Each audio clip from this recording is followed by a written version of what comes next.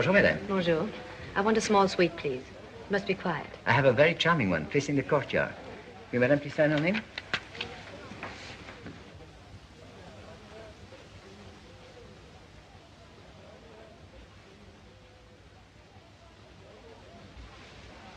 Merci, madame.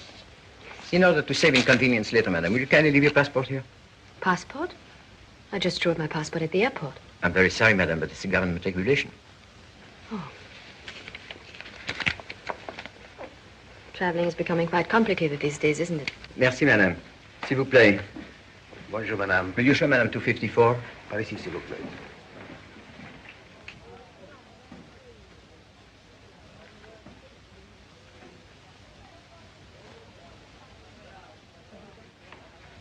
Is there anything wrong? Not at all. Everything will be all right, I assure you. Mrs. Brown. Thank you.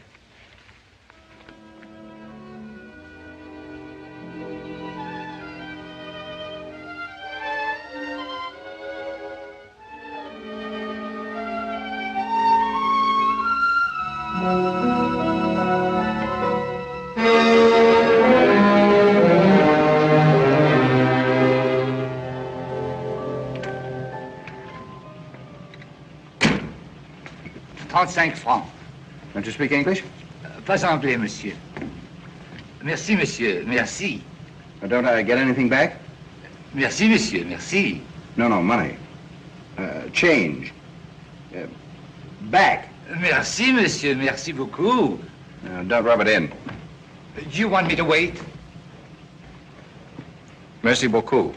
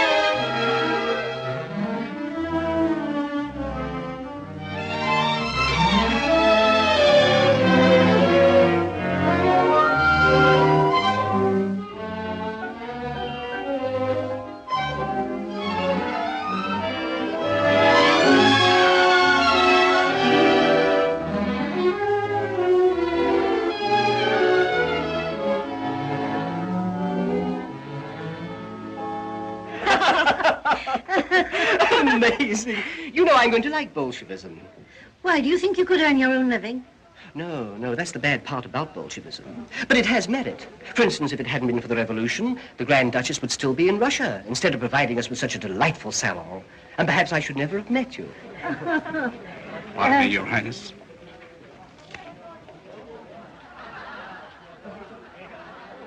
Who is this, Mr. Halton? I've never seen him before. I think an Englishman. He brings best regards from Captain Buckler. Captain Buckler? Oh, yeah. Let him wait in the reception room. I'll be a few minutes.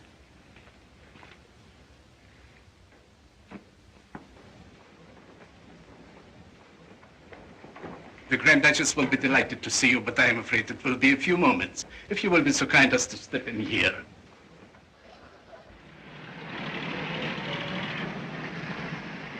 Rue de la Tour, 314. Pardon, madame? Oh, Rue de la Tour, 314. Ah oui, madame. Who may I announce, madame? Oh, just see an old friend. Listen, my man, this is very important. How can I reach Miss Field? What's that you say? 3, 4, 6, 7. What is it you want? Pardon me, Your Highness. Who's playing the piano in The there? Englishman. Oh, I'd forgotten all about it. Pardon me, Your Highness. There is a lady waiting who wants to see you. Who is she? She said she's an old friend. An old friend. Well, tell her to leave her address and don't let her in again. All I want is a cup of tea and a sandwich.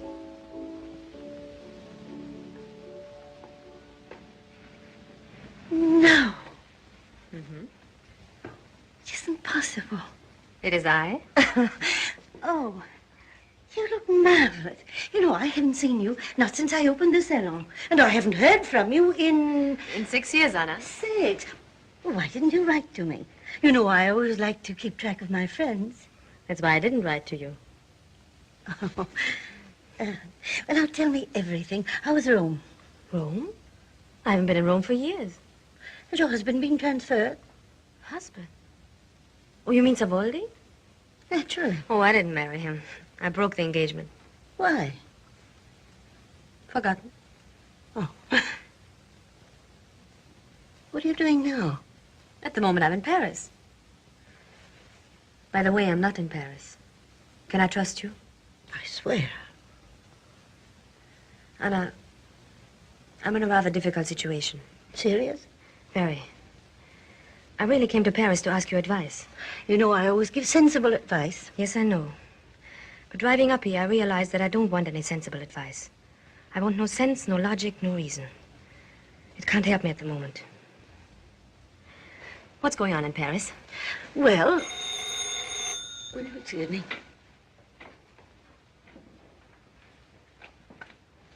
Hello.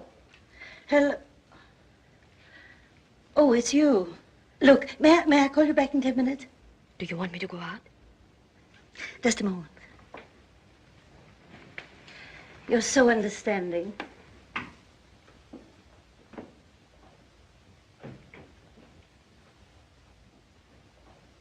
How do you do? How do you do? So kind of you to see me. I bring you best regards from Captain Buckler. Captain Buckler? You remember Willie Buckler. He always talked so much about you, and he told me if you want to have an amusing time in Paris, go straight to the Grand Duchess and here I am. And there you are. So you want to have an amusing time in Paris? Well... Well, we must see that you have a very amusing time. Sit down, please. Have you been in Paris before? Not since the war. How exciting for you. Yes, I'm thrilled. And I'm so glad to meet you. Thank you. Be seated, please. You're going to see Paris at its best. I'm so glad. Now, let me think. What could I suggest?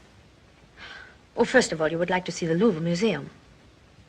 The what? One of the most interesting picture galleries in the world. You've heard of the Mona Lisa? Yes, I believe I have. Oh, you don't care for pictures? Oh, I know. The Eiffel Tower. You mean that steel thing stuck up in the air? Your Highness, do you know what I'm afraid of? What? I'm afraid you're going to suggest Notre Dame. I was just coming to that. Madame, even if you could give me the history of each stone separately, I'm still not interested. Oh. No, I've found through life the days take care of themselves. It's the evenings that are so difficult. Oh, how stupid of me. You want me to arrange a party for you. A nice, large party. Not too large. 6?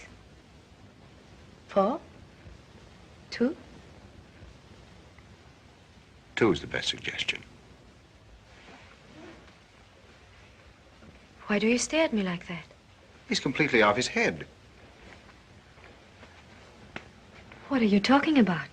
Buckler, he described you as hard as nails, much older and beginning to spread. How unkind of him. I hope you don't think the description fits me. If he'd said one of the loveliest women in the world, I'd have recognized you anywhere. Encouraging. Thank you. Now, I wonder which one of my friends you would like. May I make a suggestion? Please? It would make our mutual friend Buckler very happy if you would dine with me. I'm engaged. Oh. Well, then don't bother anymore. I'll have a couple of boiled eggs, a detective story, and go to bed.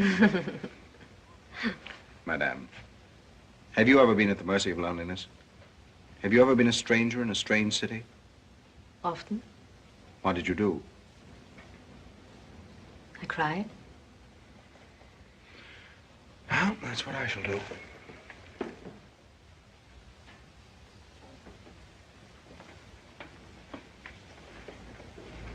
Café Danube, 9 o'clock. 8:30. 9 o'clock. But, Your Highness. Oh, by the way, I'm not the Grand Duchess. What? 9:15.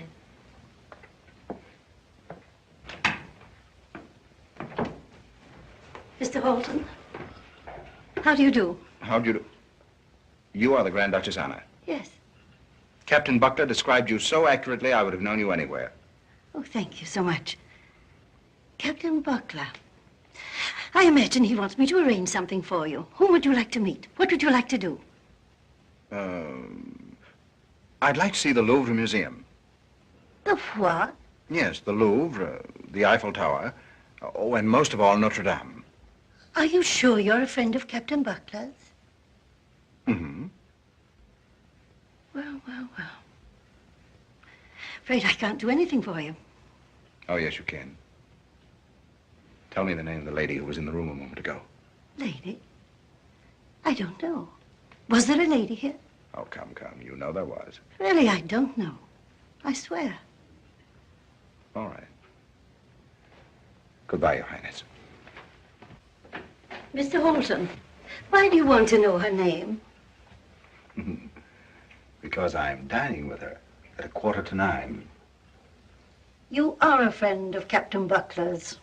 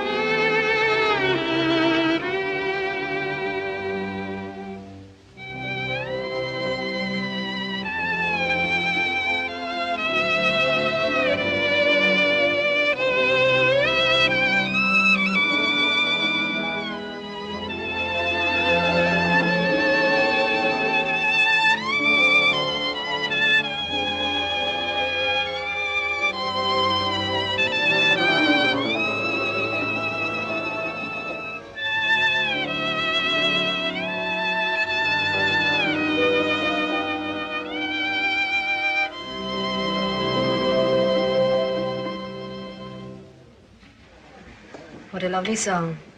What's the name of it? It has no name. I just made it up for you, madame. And for you, monsieur. Thank you. Thank you.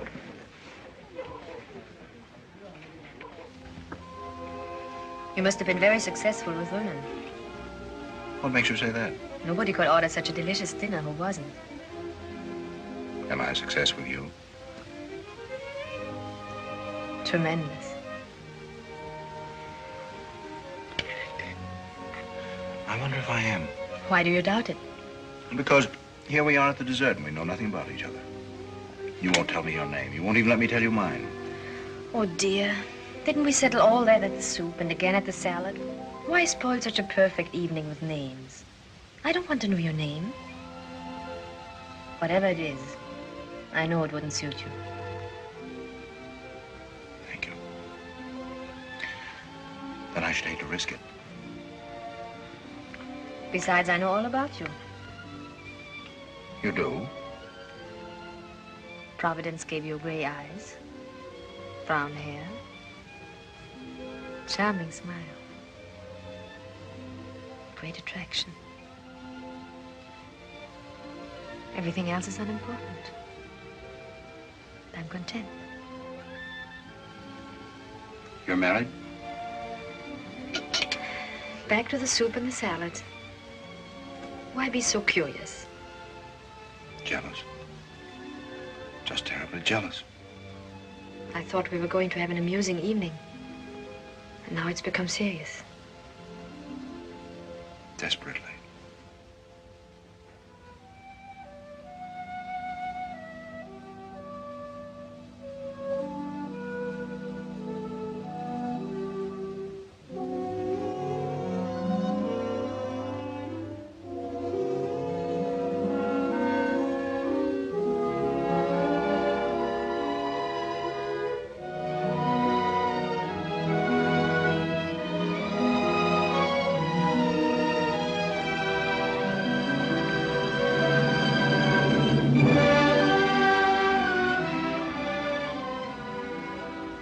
Who are you? I must know. Isn't it obvious? Not to me. You meet me at the house of the Grand Duchess. What were you doing there? You meet me at 5 o'clock. And at 10 minutes past 5, I agree to dine with you. A complete stranger. The shortest story in the world. Now tell me the true one. Very well, then. Perhaps it's dangerous for you to be with me. Perhaps I have a husband who will come in and shoot you. Perhaps I'm a spy, a thief. The police may come in and arrest me. Both of us. You're none of those things. If you were, it wouldn't matter. Now or any other time. I must have done something very nice in my life to be so beautifully rewarded. Do you really mean that? And so much more. You're an angel. Angel, that's what I shall call you. Angel.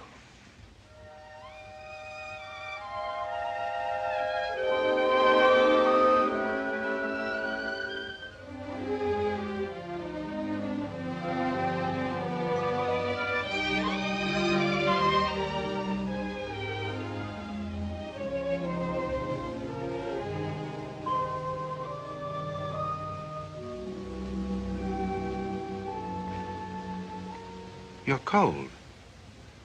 Frightened. Of me? Much more serious. I'm frightened of myself.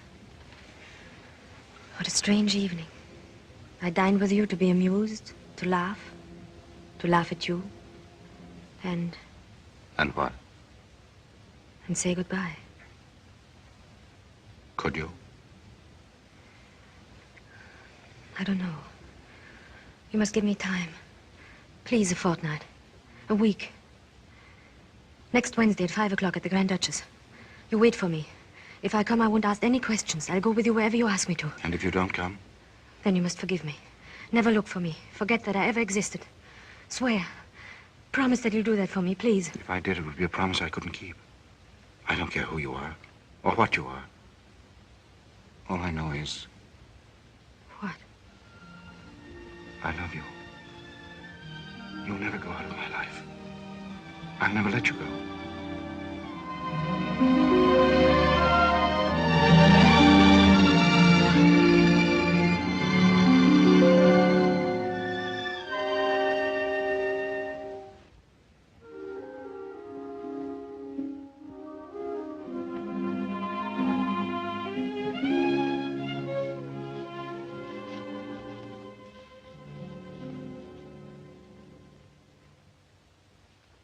Merci beaucoup. Angel.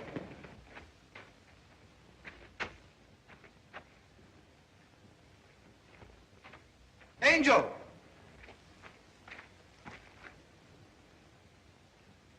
Angel.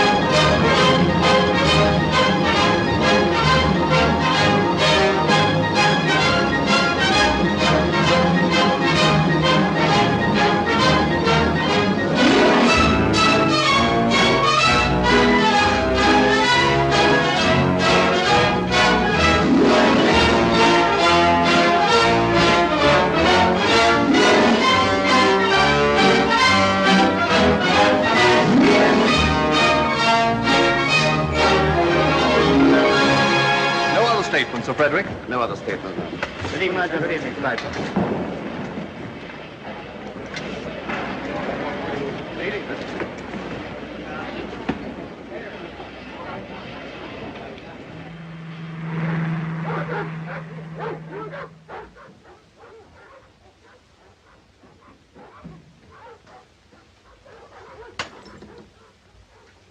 How's everything, Wilton? The Foreign Secretary wants you on the telephone, sir.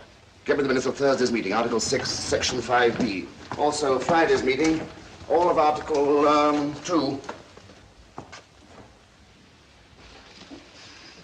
Well, Mr. Wilton, how are you? Glad to see you back, my dear Graham. Thank you. How's everything at Geneva? Oh. Is there going to be a war? Well, it looks as if Europe is going to have peace, at least for the next 3 weeks. We had rather a hard fight, you know. 21 nations lined up against us, but we won. I hear France was making some difficulties. Well, what can you expect from the French? Yeah. You realize the French delegate hasn't even a manservant? Appalling. But on the other hand, the Russians were the surprise of my life. We had 2 Soviet delegates to dinner. You may not believe it, but I assure you they were properly dressed. Tailcoats, white ties. Well, well, well. Maybe the Russians are going places. Oh, well, I wouldn't come to hasty conclusions. They still dunk. I shan't need you anymore this evening. Good night, night, sir. Good night.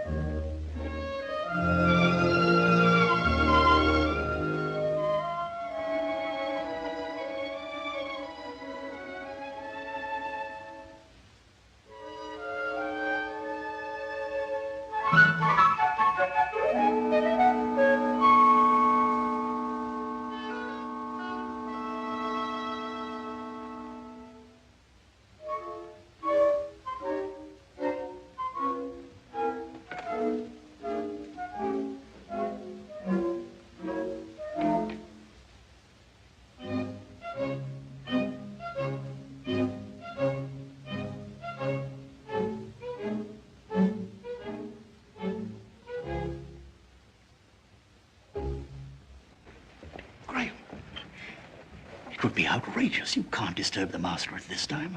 The telegram may contain matters of state. But how would you justify your action if it were only a personal matter? I'm afraid you'll be criticized very harshly. My dear Mr. Wilton, may I remind you of what our master always says? A statesman must have the courage to be unpopular.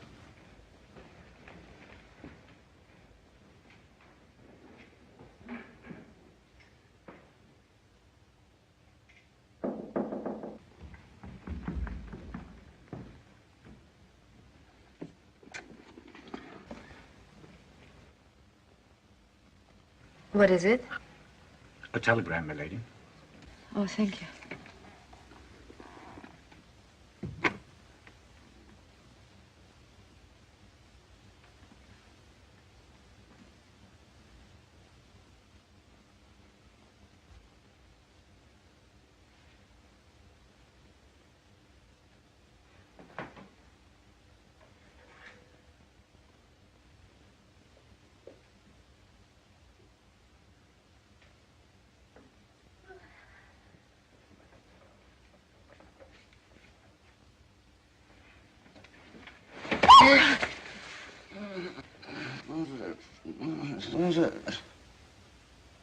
Oh! Hello, darling. I didn't want to wake you up. You were sleeping so peacefully, I hadn't the heart to disturb you. You're always so considerate. Oh, I watched you for a long time. You had the loveliest expression. I was dreaming. About me? Oh, naturally, of course. I dreamt you were a great success at the League of Nations. Well, I was. Sweetheart, your husband defeated 21 nations. Oh, you must be worn out. Not at all. I feel better than ever. Good. What else did you dream about? Now, let me see. Oh, yes. I came into the League of Nations, dressed in the most striking Paris gown. All the delegates rose to their feet, staring at me. But I walked straight to you. I wanted to kiss you. But you were talking. So I walked out. I went to Egypt, and from Egypt I went to China. From China I went to Arabia. I circled the whole globe. Finally, I came back to the League of Nations. You were still talking. So I took you away. I took you to Paris. We walked in the park at night. You had your arm around me. Suddenly, I sat down on a bench. I was cold and frightened. Of me? Huh? Oh, I got mixed up. I dreamt that yesterday. Let me see. Oh, I have it. I lost you in Paris. The next thing I remember, we were here at home, and you were beating me. Oh. What did you do? I'm afraid to tell you. I liked it. And then you started to kiss me. And you liked that, too? Better than ever before. And you carried me upstairs. And? There was a knock at the door, and I woke up. Ah, how cruel. No, how wonderful. It's true, the dream is over. But it doesn't have to be. Oh, I'm so glad you're home, my darling. Tell me, who knocked at the door? Oh, Graham. At this time of the night? Why? A telegram. Darling, was it so important? Oh, it didn't open, but it was for you. Where is it? There on your table.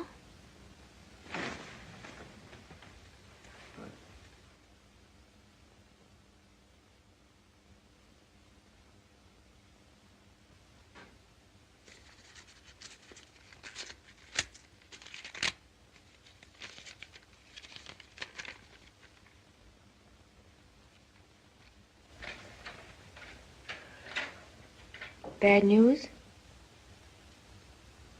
Very disturbing.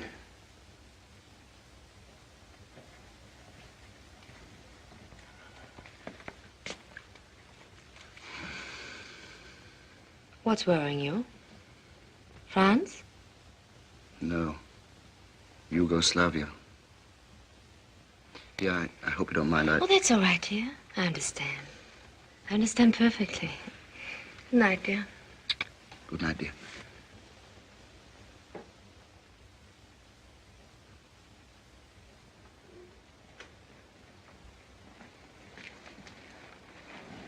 Good morning, sir.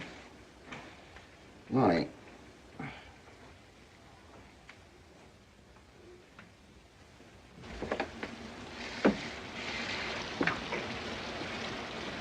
How's the weather today? Not bad, sir.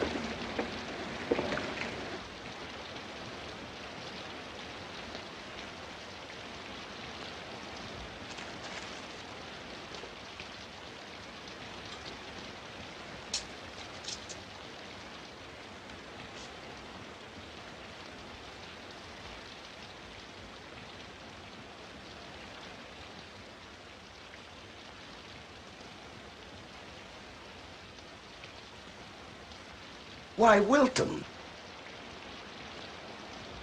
Darling, here is some thrilling news from Mrs. McGillicuddy. Wilton, this is the nicest thing you've ever brought to the breakfast table. My heartiest congratulations. Thank you, sir. And mine. Thank you, milady. What a pretty girl. All her friends think she ought to act in the films.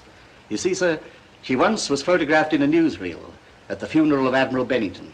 She was standing on the pavement just as a hearse went by. I hope I don't seem disrespectful, sir, but in my opinion, she stole the show from the late Admiral. That's love. And I'm sure she loves you just as much. Oh, she worships me, sir. But it was by no means an easy conquest. The young lady didn't believe in the institution of marriage. But you persuaded her? Oh, no. Begging your pardon, sir. It was you, sir. And you, milady. We? I took the liberty of citing you both as an example of how beautiful marriage can be. And that convinced her.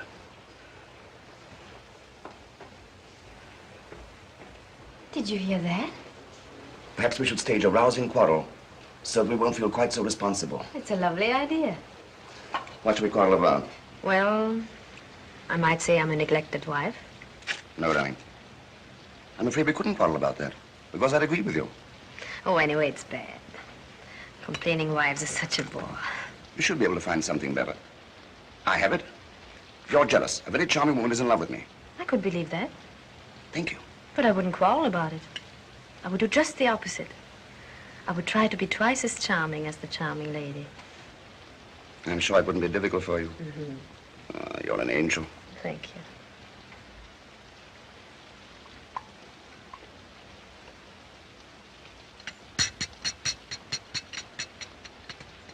Frederick, Yes, dear? someone is in love with me. I'm crazy about him. I've decided to leave you. I'm already packed. I wonder what you would do. I certainly wouldn't quarrel. It would be too late. Darling, isn't it a shame? Here we are, two reasonably intelligent people, and we can't find anything to quarrel about. We're complete failures. Perhaps we are. I'm sure we are. We might just as well face it. We're a hopelessly happy married couple.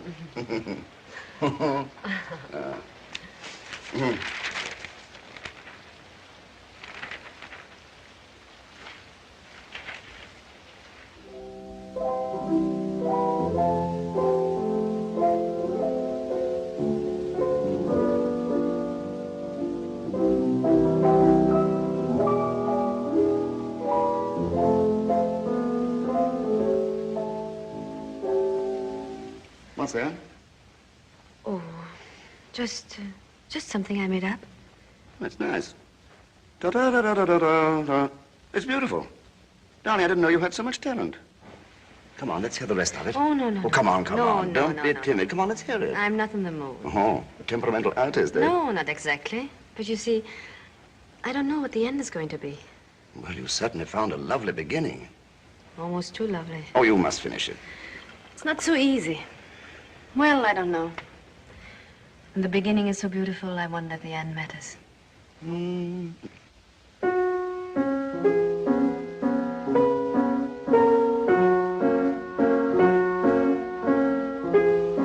It's an old tune, but it's still good. Because I played badly. But you danced so divinely. I don't think I'm such a good dancer. You were a rotten dancer. You stepped on my toes and you ruined my shoes. But still I say you danced divinely.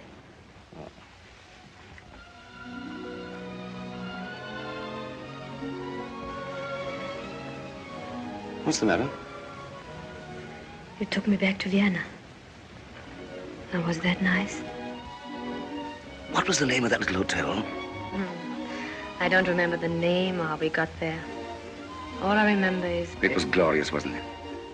And what a hotel. Let's forget it, shall we? Oh, no. I could never forget it.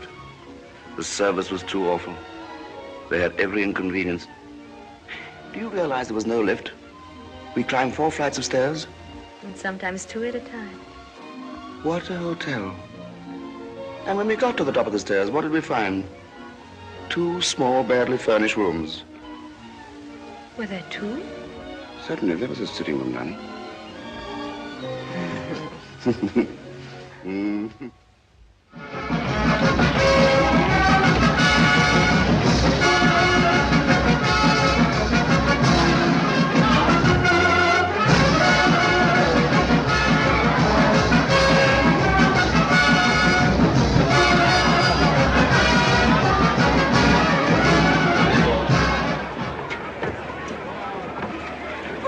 I'm so excited. This is the thrill of my life. I don't want to miss a thing. You must tell me who everybody is. Just everybody. Afternoon, Mr. Breckenridge.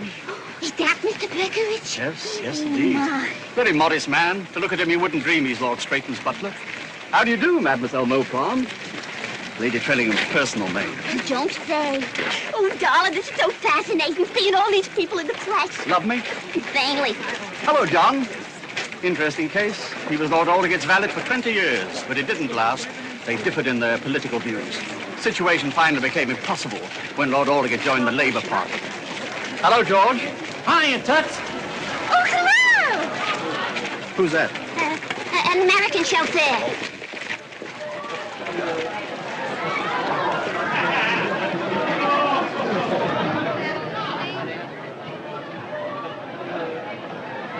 Now, let's see if I can find Lady Barker.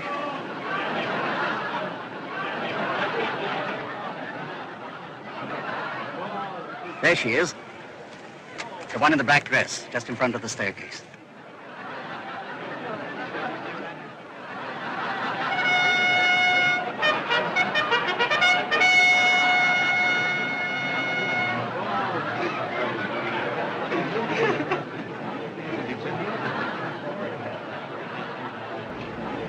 Something must have happened. She seems a bit upset.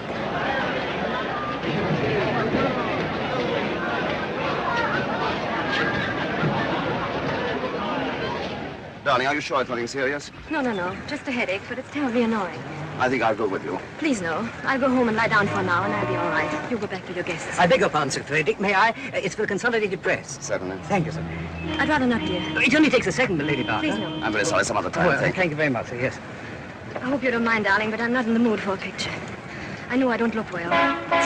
That's perfectly all right. You sure you don't want to take you home? Positive. You stay and have a good time. Take her ladyship home and drive carefully. Yes, sir.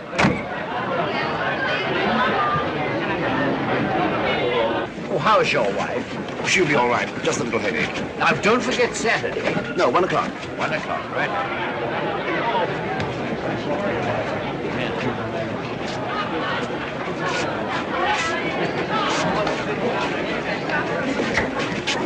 Here's your ticket, old man.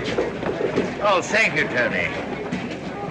I wonder if you're right about landslide. Well, I think she's the best bet of the day. Oh, by the way, I'm getting quite a lot of interesting fellas together for Saturday. Good. Which one is landslide? Oh, yes, there she is. Who's going to be there on Saturday? Well, the Duke of Amesbury, Earl of Edinburgh, Argentine ambassador. There'll be about 20 of us altogether.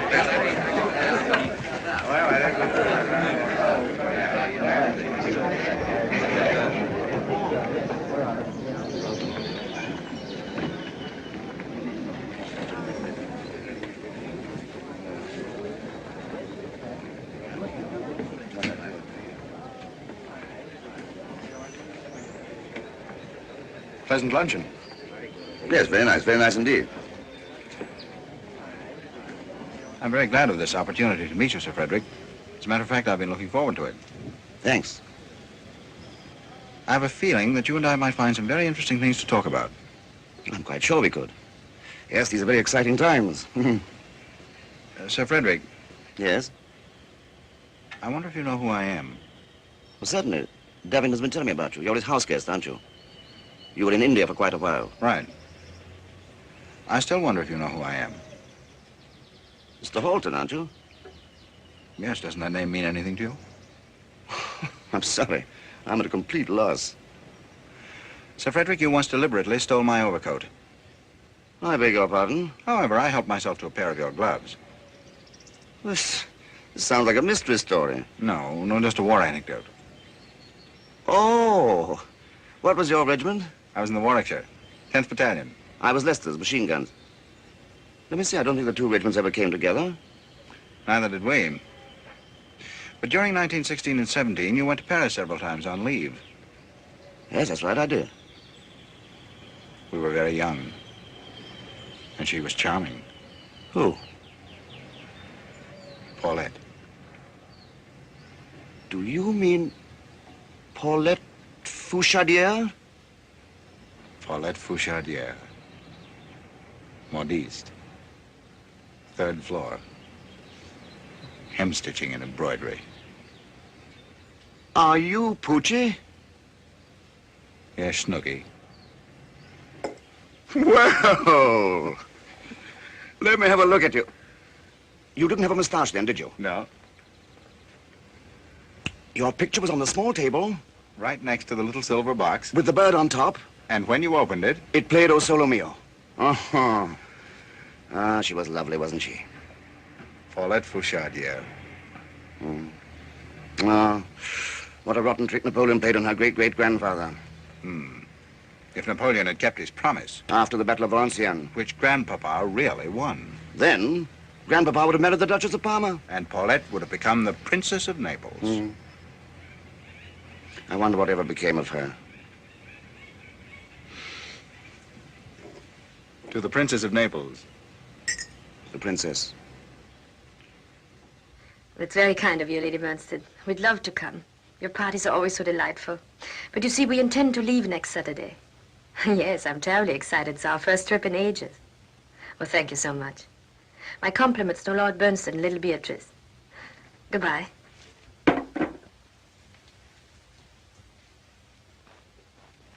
May I come in? Of course.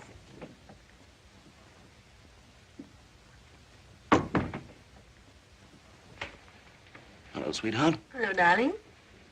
Dressing already? The opera starts at 8, doesn't it? Oh, the opera, huh? Now, darling, you promised. And I'm going to keep my promise. You love opera. I hate opera, so why shouldn't we go? Have a nice luncheon? Very. I discussed the naval situation with the French attaché. It looks promising. You must have taken the Navy all around the world and discussed each battleship separately. Why? What time is it? Oh, good heavens. I meant to leave right after lunch, but I have lots of amusing things to tell you. I met an old friend. We were in the war together. We began reminiscing. We had a couple of drinks. Good old Poochie. Good old what? Poochie did. Poochie. What a curious name. That's what we used to call him in the war. Poochie Halton. His real name is Anthony. He once practically saved my life. Great fellow, great fellow. Well, don't you think you better get dressed? We don't want to miss the overture. Oh, no. We don't want to miss the overture. We might as well see the whole thing through from the bitter beginning. Quite a fellow, this Halton. Oh, I say, did you ever hear of a Grand Duchess, Anna Dmitrievna? Anna Dmitrievna? She's a Russian emigre. Lives in Paris. Yes, I've heard of her. Why? This fellow Halton told me the most fantastic story. He's an extraordinary fellow. Isn't this my nail file? I don't know, darling. It is, dear, it is. How do you suppose it got here? I haven't the faintest idea. Graham, will you be good enough to hand me my nail file?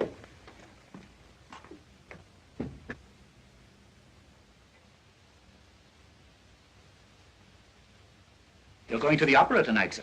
Yes, yes, that's where I'm going. If I may say so, sir, my favorite opera is Cavalleria Rusticana. It's only one act, but it has everything. Love, jealousy, hate, murder, and all in 35 minutes. I timed it once. Isn't that the one where the husband suspects his wife of singing with another man? And catches them, right in the middle of a beautiful duet. He kills him, doesn't he? Well, not immediately. No, sir. First, he joins them in the most exquisite trio. Naturally. After Cavalleria Rusticana, my favorite opera is The Barber of Seville. The barber's song is particularly beautiful. I remember, yes. How does it go? Dee da da da da da da da da da da tilia tilia tilia da da da da da da da da da da da tilia tilia tilia tilia tilia tilia. Graham, whoever persuaded you to become a valet must have been a music lover. Oh, thank you, sir. Shall I draw your bath, sir? Please. You were saying something a while ago about this Grand Duchess Anna. Yes. Well, this fellow Halton's gone completely mad over a woman. You know, he really is a very nice fellow. Lived 4 years in India, did some fine government work. The man has a splendid career ahead of him. I do hope he doesn't do anything foolish. You mean because of this woman? Yes, he can't seem to get her out of his mind. Do you know where he met her? At this Grand Duchess's salon. You remember the novel, An Afternoon in Paris? Yes. It's undoubtedly the same kind of place. Oh, I see. And that's where you met the woman? Gives you a pretty accurate picture of the lady. Rather obvious, isn't it? Oh, it's probably just an adventure. Oh, no. Not with him. No, no. Why, that man's been looking for her in every possible place in Paris. What's more, he's going back again. His mind is made up. Nobody can talk him out of it.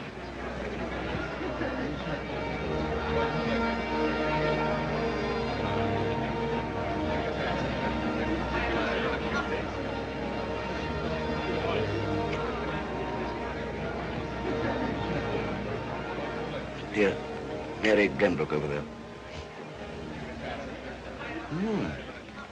Everybody seems to be here tonight. Everybody seems to be looking at us. At you, rather. Do you suppose your friend is here tonight? Halton, no, he couldn't come. He's telephoning tomorrow. He's trying to cancel another engagement and have lunch with us, all right? Yes, why not? They certainly are looking at you. You know, a man shouldn't take a woman seriously unless he can be proud of her. At least she should be fit to sit at the head of his table.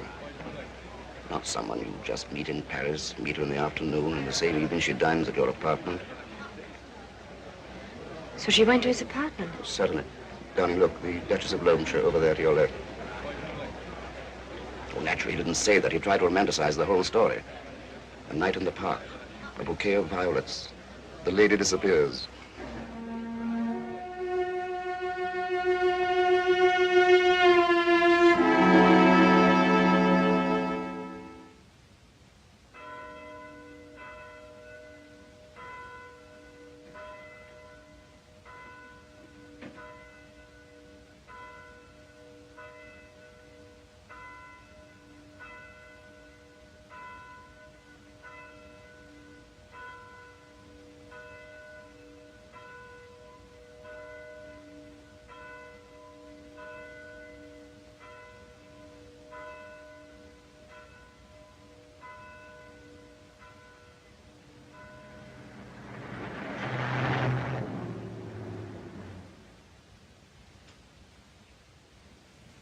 Hello, old boy. Hello, Barker. So glad to see you.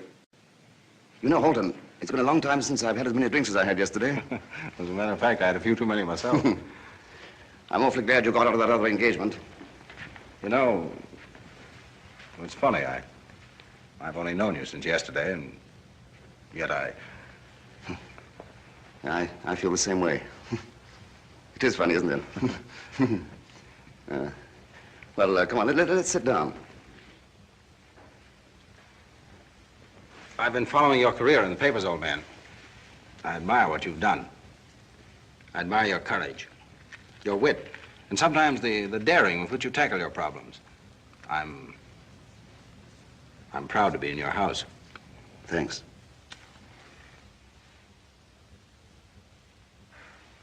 You know, I've been thinking about you a great deal. Now, I hope that little story of mine hasn't worried you. It's an unusual story. I shouldn't mind reading it in a novel. But I'd hate to be the hero of it. Or even have a friend of mine. Well, thanks, Barker. Believe me, Halton, a man shouldn't go out of his way to create handicaps for himself. I imagine that's exactly what Brutus told Caesar when Caesar said, Brutus, I've just met a little Egyptian girl with the name of Cleopatra. And she's driving me crazy. Well, if I remember my history correctly, Caesar got over it, didn't he? Right. But my dear man, Cleopatra wasn't Angel. If Caesar had ever met Angel, it would have changed the history of the Roman Empire. Yes, it probably would have collapsed 200 years earlier. Well, what are 200 years in history? 25 pages. But 1 hour with Angel... 60 minutes. 3,600 seconds. Well, I give up. It's always ridiculous to reason with a man in love. And I'm afraid you are a man in love. I don't know. It may be more than love or less than love. Well, man, make up your mind. What is it? It's a certain feeling. It's a secret that belongs to two people. And to those two people alone. But something you can't. Good heavens, Barker, haven't you ever lost your head completely over a woman? Haven't you ever felt that now at last you can stop searching? You found it, there it is. Yes, I have. And you're going to meet her. Halton, I'm afraid you and I expect different things from love. Probably from life. I don't measure in terms of seconds, but of years. How about a gin and tonic? Not a bad idea. It's a charming place you have here, Barker. Like it? I say, that's a lovely picture.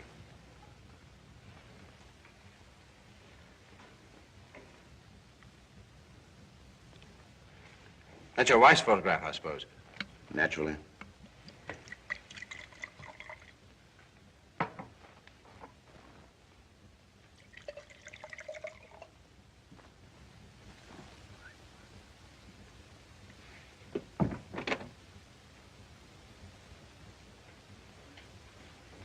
Mr. Halton has arrived, my lady. Thank you.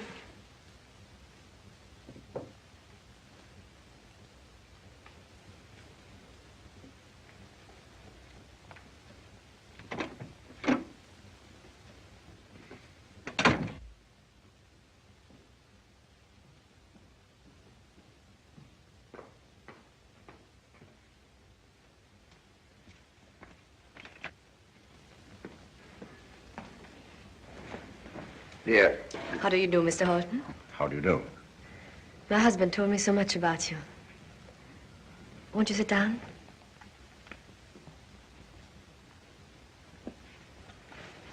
Cigarette? Thank you. Thank you.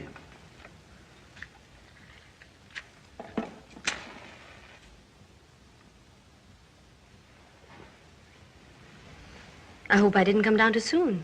Of course not, darling. Reunion of two old friends. Are you sure I didn't interrupt? No, we just finished a most interesting discussion. The newest subject in the world. Love. Oh, love. But we disagreed completely. Really? Yes, we see the same thing, but with entirely different eyes. It's amazing. It's like two men looking at the same lamp. One says the shade is blue. The other one swears it's green. But you forget, Barker. Frederick. Oh, I'm sorry. Frederick. We both could be right, you know. Perhaps the lampshade is blue. But when you light it up, it may be the greenest green in the world. Don't you think so, Lady Barker? Gentlemen, the sun is shining so brightly. Don't you think it's rather early in the day to be talking about lamps? I'd rather talk about you, Mr. Halton. You've been in India.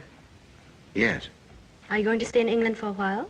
Oh, no, he's going back to Paris in a day or so. Oh. Well, I may have to change my plans. Well, that's interesting. When did this happen? As a matter of fact, today. Yes, I may have to stay a little longer. How fortunate for you to be here at the best part of the year.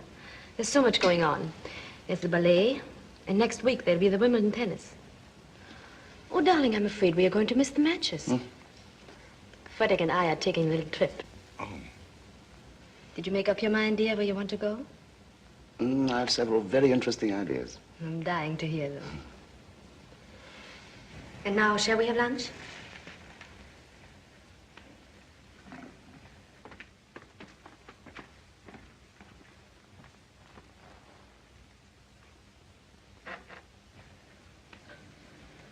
Mr. Wilton, what do you think of this fellow Halton?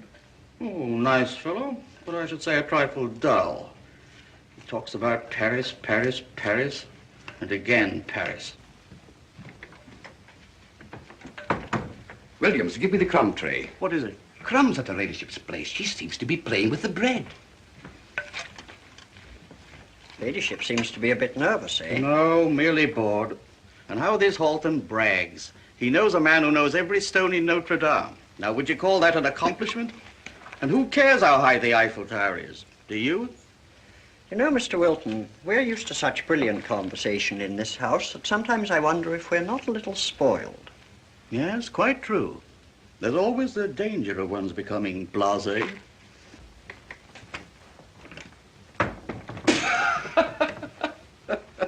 Sir Frederick just told a delightful joke. The one about the Scotchman who wanted to buy a grand piano? And ended up by humming? Good. He tells it superbly. Thank heaven things seem to be brightening up. I'm glad. Well, they must be finished.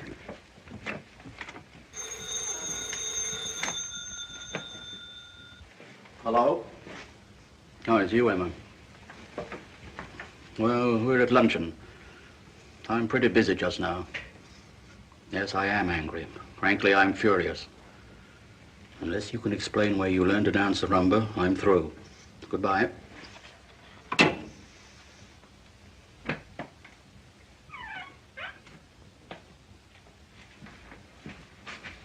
Whose plate is this? Her ladyship's.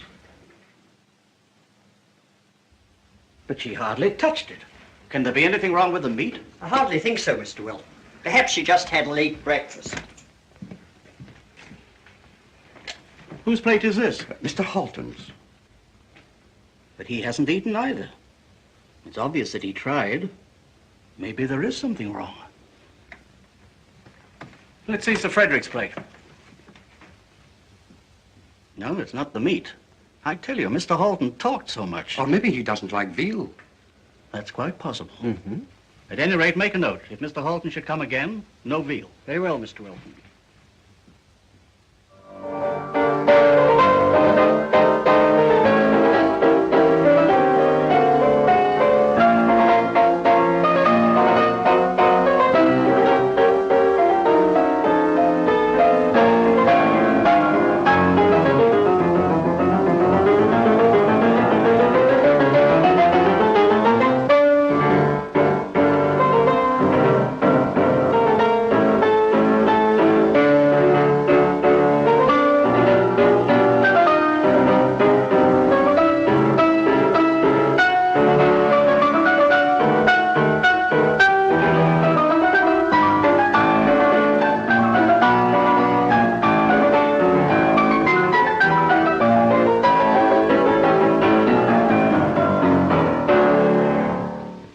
Splendid. Don't you think so, darling? Yes, very beautiful. Thank you. You know, Tony, the fact that I like it doesn't mean anything. But Maria, now she's a great composer. Now, Frederick. Really, she composed the loveliest song. Now, please, Frederick. Come on, play it, darling. Yes, why don't you, Lady Barker? Don't make us coax you. All right. Now, let me see. How does it go? You know, Frederick, I think I've forgotten it.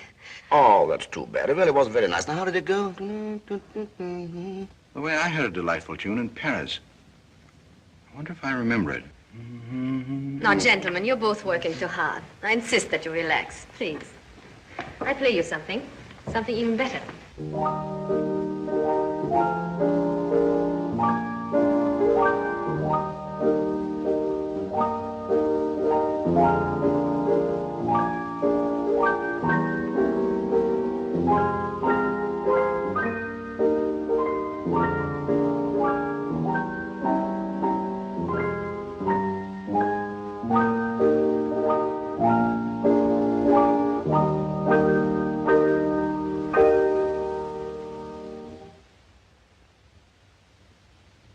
Frederick went out. It's a lovely waltz, isn't it? First time I heard it, I was dancing with Frederick. Takes me right back to Vienna. It was our first dance together. I think it has a beautiful melodic quality, don't you? Hello, Angel. I beg your pardon? Angel. What do you mean, Mr. Halton? It seems incredible What seems incredible? that I should find you here in this house. His wife. It's like a dream. I still don't understand you, Mr. Halton. I don't understand you. We're alone, Angel. Darling, how long are you going to keep this up? Mr. Halton, you're obviously confusing me with another woman. Oh, no, I'm not. There can't possibly be two of you. I'm afraid there must be. I haven't been in Paris for the last 6 months. You haven't been in Paris for the last 6 months. I told you so. And I think that should satisfy you. It really seems to be a terrific coincidence. The lady with whom you had your adventure... Wasn't it more than that? Maybe it was. At least I thought so. Maybe the lady thought so, too. But it's impossible for me to read the mind of a woman I never saw nor heard of. In other words, to you it was. Just an adventure. Now, Mr. Halton, I insist that we settle this once and for all. Look at me. Look at me carefully. And I'm sure you will realize as clearly as I do that I'm Lady Barker and nobody else.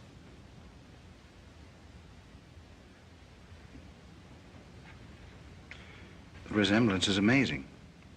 I could have sworn it was you. You have exactly her hair, her eyes, her skin, her lips. But when I listen to you, I begin to see the difference. You're not Angel. I'm greatly relieved. Will you forgive me? Naturally.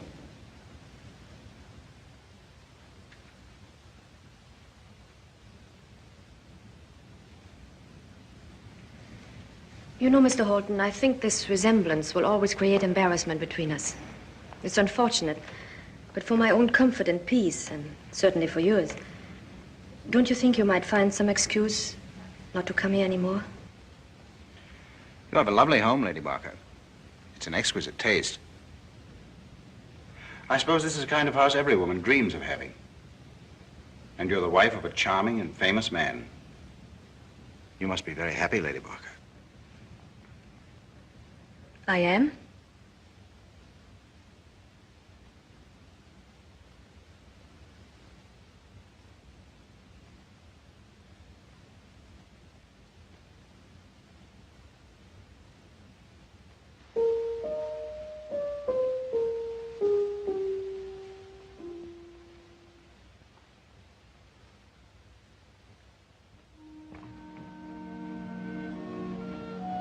Don't be afraid. I won't play it. I shall never play it. I hope I never hear it again.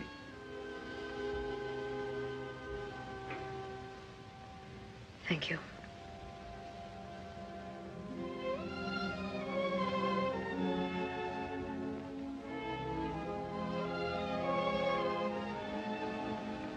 Maria. I told you in Paris never to look for me, never to recognize me whenever and wherever you find me. The whole thing must be forgotten. And I told you I'd never keep such a promise, that I didn't care who you were. All I know is that I love you. And I'll never let you out of my life. I will fight with everything at my command if you should try to destroy my home. Why did you ever come to Paris? Tell me, why? Why did you leave me and go back to London? It doesn't exactly seem to make sense. None whatsoever. But it's the privilege of a woman not to make sense. Men who expect women to be logical are likely to be fearless in love. Have you ever been in love? Not with you. I never told you I loved you. Never. Can't you remember what I said? Every word. Every syllable. You said you had gray eyes. Brown hair.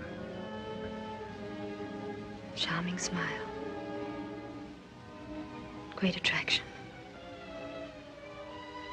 You still have. That's why I want you to go. Oh, go, please go. Every moment you're here, my home is in danger. Go, I beg you, I tell you. Maria. Angel.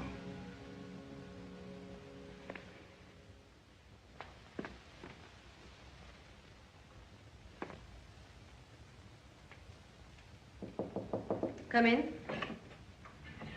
Wilton, would you see if you can find Sir Frederick? Yes, lady. Present moment, I'm definitely against it. Is Hamilton with you? Well, come in. Has he sent the papers over? Good. No, I'm not disturbed, but I'd rather worry now than later. All right, thank you. Goodbye. I beg pardon, sir. Just a moment.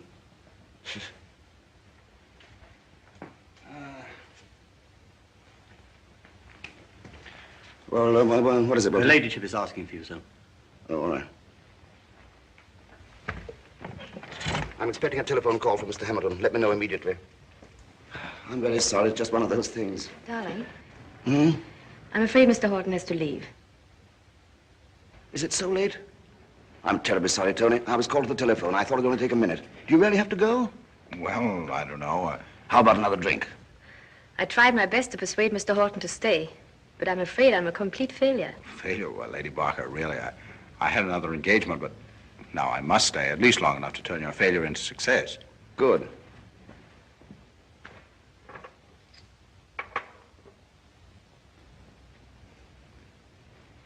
I would like to have a drink, too. You? You want whiskey, darling? Just a little. Just enough to drink to our friend, Mr. Halton. Thank you, dear. Here's to you, Mr. Halton. And to Angel. After you left, Mr. Halton told me the most amazing thing that happened to him in Paris. Everything I told you last night. Do you mind? Not at all. It's always good to get a woman's point of view. It's a thrilling story, and I listened to every word with great suspense. Mr. Halton, you described every detail with such love and care. Yet you omitted the most important part of the story. You failed to describe the woman. Yes, what does she look like? It's rather difficult to find the exact words to. Now, I think you're being unfair. After all, you can't leave us like the daily installment of a newspaper serial, to be continued in our next. You've roused our interest to such a degree that Frederick and I are entitled to know a lot more about the lady. Now, I insist, Mr. Halton. What did she look like? She was radiant. Exciting. These are generalities, Mr. Halton. You're talking like a poet. I see. You want the matter-of-fact description of, shall we say, a detective. That's exactly what we want. Well, then. Her eyes were brown. And her hair was dark. May I be permitted to change your toast? To the most charming hostess. Yourself, Lady Barker. Thank you. Well, I must be going. Thank you for a lovely afternoon. Goodbye, Lady Barker. Mr. Halton, since I've had the privilege of enjoying your confidence, may I indulge in a little advice? Do.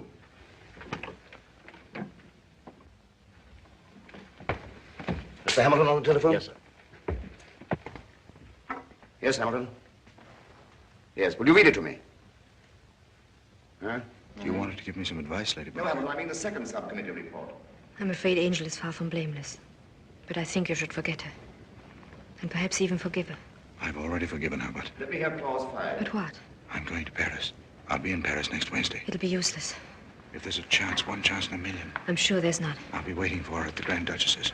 You'll only be torturing yourself. I'll be there Wednesday at 5 No, the o'clock. papers haven't come yet, no. I'll be there hours before 5. All right, Hamilton, goodbye. Well, goodbye. I'll see you out.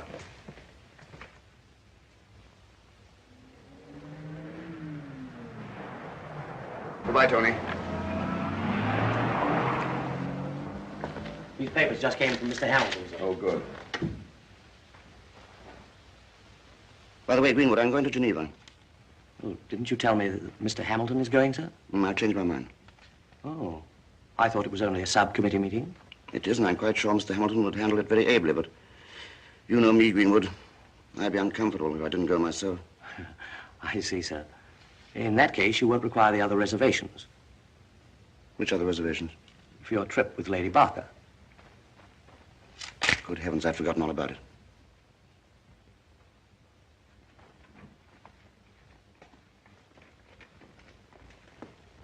Frederick, you're not working, are you? John, I'm awfully sorry, but something unexpected.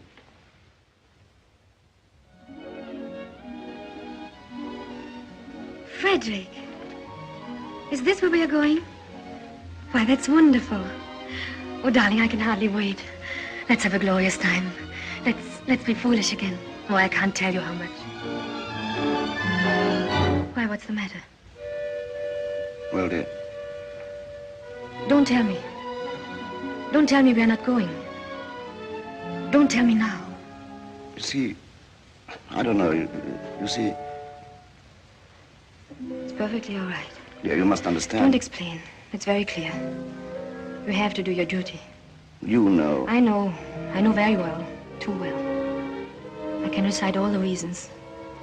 I know them by heart. Oh, I beg your pardon. It's perfectly all right, Mr. Greenwood. Come in. Now, you go back to your work, dear, and don't let me disturb you. Thank you, darling. About the reservation, sir. Oh, yes? The Geneva plane stops in Paris only 20 minutes. Now, I believe you'll require at least 4 hours in Paris. Or perhaps even more. I've a good many things to discuss at the embassy. I thought so, sir. And in that case, the airways people suggest a private plane. They say they can put one of their newest machines at your disposal. In fact, the same plane that Lady Barker chartered last week. Lady Barker chartered a plane? That's what they said, sir. It must have been Wednesday. You were in Geneva. Oh, yes, of course I remember. That's all right, thank you, Greenwood. I'll let you know later. Very good, sir.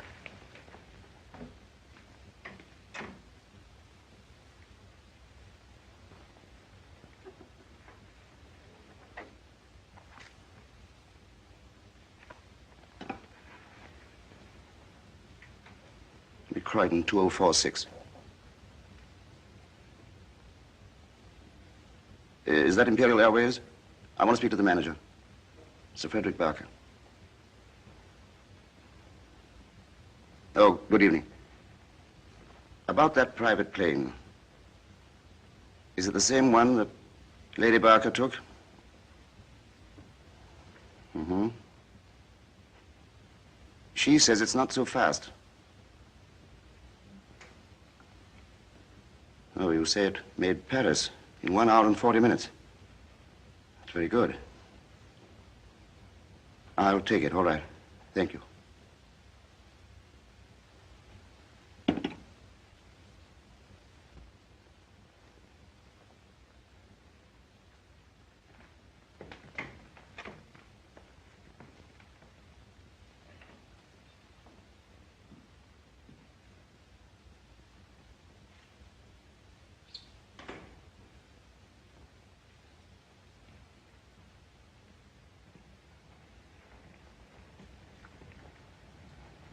Finished your work?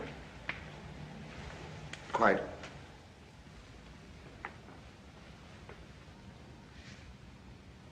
Frederick, Yes? when are you leaving for Geneva? On Wednesday morning, by plane. Doesn't the plane stop in Paris? Yes, I believe it does. I've been thinking, why couldn't you take me along as far as Paris and then pick me up on your way back? That's an excellent idea. I really need some new clothes. I haven't done any shopping for quite a while. Besides, it'll do you good to get away from London. Be a change for you.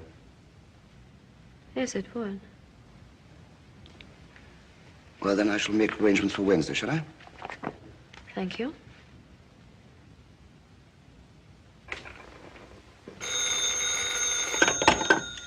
Hello?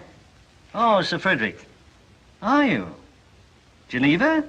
Oh, when are you leaving? Oh. Yes? Yes, this is Lord Davington's house. You wish to speak to Mr. Halton? Who's calling, please? Just one moment, Sir Frederick.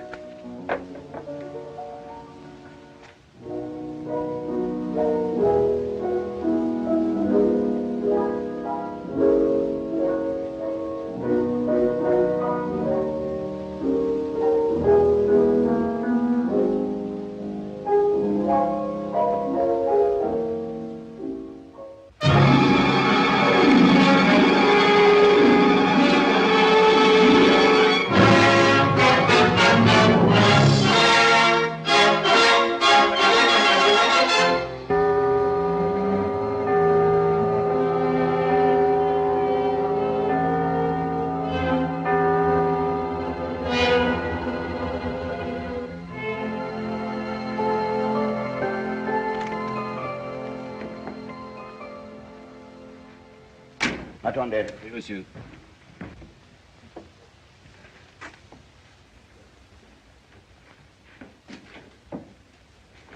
Bonjour, monsieur. Bonjour. I'd like to see the Grand Duchess, if you please. Thank you, monsieur.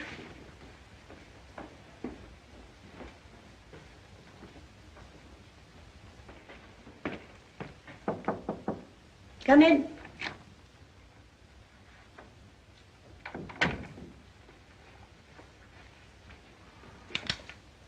I'll come in a moment. Now, Mr. Halton, I wouldn't be impatient. If a lady makes an appointment for 5 o'clock, you shouldn't expect her until 6. The kind of lady who comes on time really wouldn't be worth waiting for. Oh, if you should get bored, there's always the cocktail bar. You might find some interesting people. Thank you. I'll wait here. Just as you like. You may be sure we let you know the moment she arrives. Angel. Charming name, Mr. Halton. Bravo.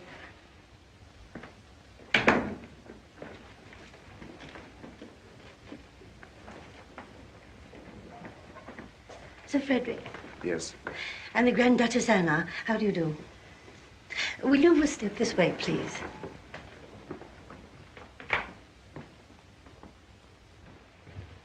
Will you sit down? Thank you.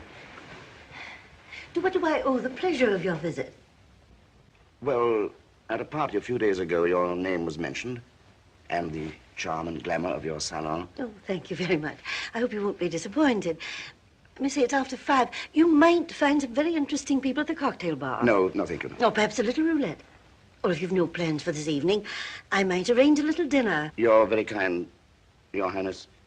But, you know, at this party I just referred to, a certain young lady was mentioned, and her description roused my curiosity. Well, I'd be very glad to do anything I can to arrange an introduction, if you'll give me the lady's name. That's the difficulty.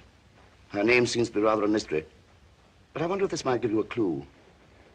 The person describing her referred to her as Angel. Angel? Angel, that's a strange name. Rather charming. But I'm afraid... Now, look here, Your Highness. Is there any way in which I might refresh your memory? Really, I have an excellent memory. But I don't seem to remember that name at all. Perhaps this might help, Your Highness. I would be willing to contribute generously to any charitable institution you might care to name. Oh, well, Or perhaps it would be better if the contribution were placed at your disposal. Well, that's very kind of you. We always have the needy with us, but unfortunately... Come in. Pardon me, Your Highness, but your Aunt Sonia is here. Always these interruptions. Oh, well, she'll have to wait. I'm sorry. Yes. Just a moment, Gregory. Perhaps I'd better see her. She's an elderly lady. Would you mind? I'll be back in a moment. Not at all. Thank you.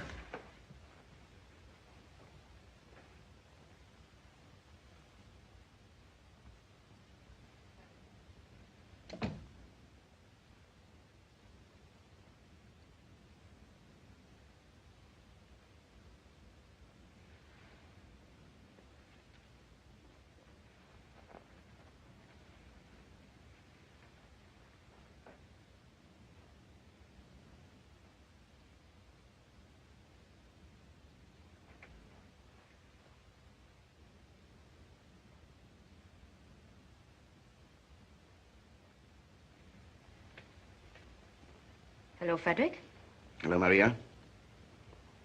Strange place to meet you, isn't it? Rather strange. May I ask what you're doing here? Curiosity. You see, the lady known as Angel caught my imagination. You mean you stayed in Paris? You actually missed the conference in Geneva? Merely to find out if Angel is a brunette. Well, Frederick, that's marvelous. I can hardly believe it. You really let all Europe wait just to find out if a woman is a brunette. Or a blonde. As a matter of fact, Frederick, she is a blonde. You remember when Mr. Halton described the lady? Yes, he seemed rather uncomfortable. Shall I tell you why? Before you came in, he described her differently. Would you like to know what he said? Very much.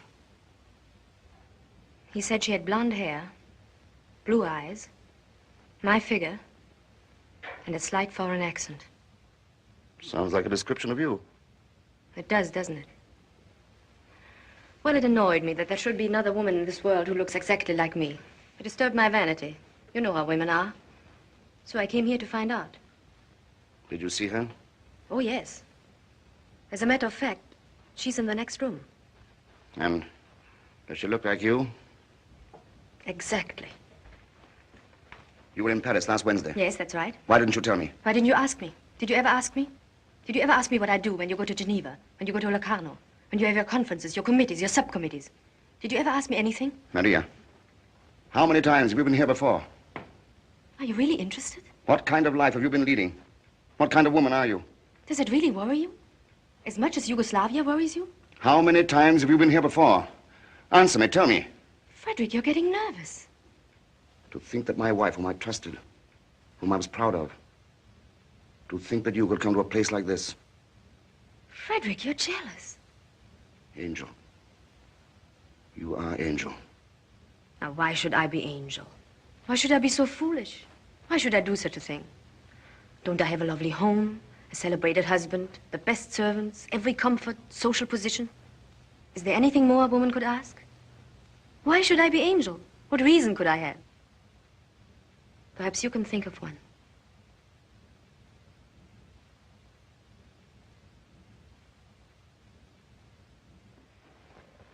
Frederick?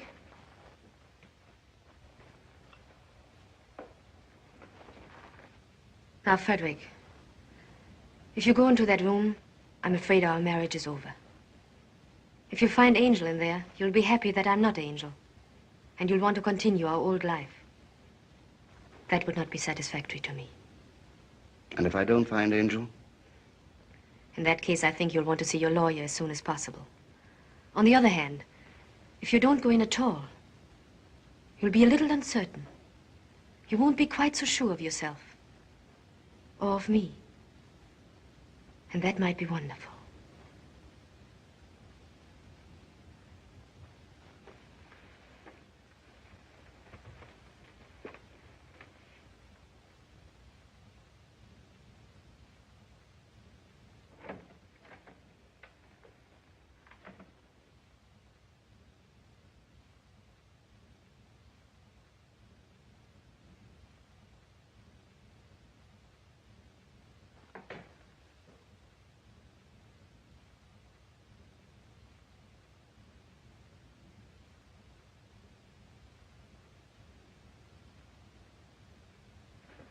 Did you tell Mr. Halton the lady was here? No, Your Highness, I swear you must have seen her come out of the taxi. Who told you I came? I understand Frederick's here. He's in the other room. Or maybe he's gone. I don't know. Anyway, it's all over. It's silly how upsetting a little thing like saying goodbye to one's husband can be. Silly, isn't it?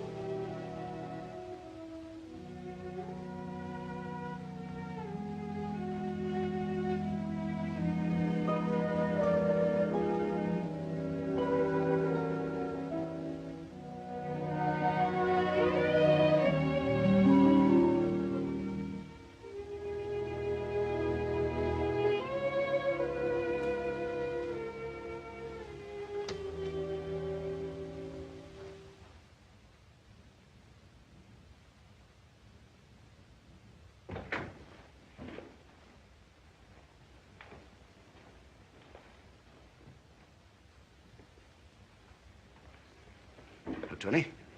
Hello, Frederick. You know, that story you told me about Angel interested me so much that I couldn't resist coming here. Well, I've met her.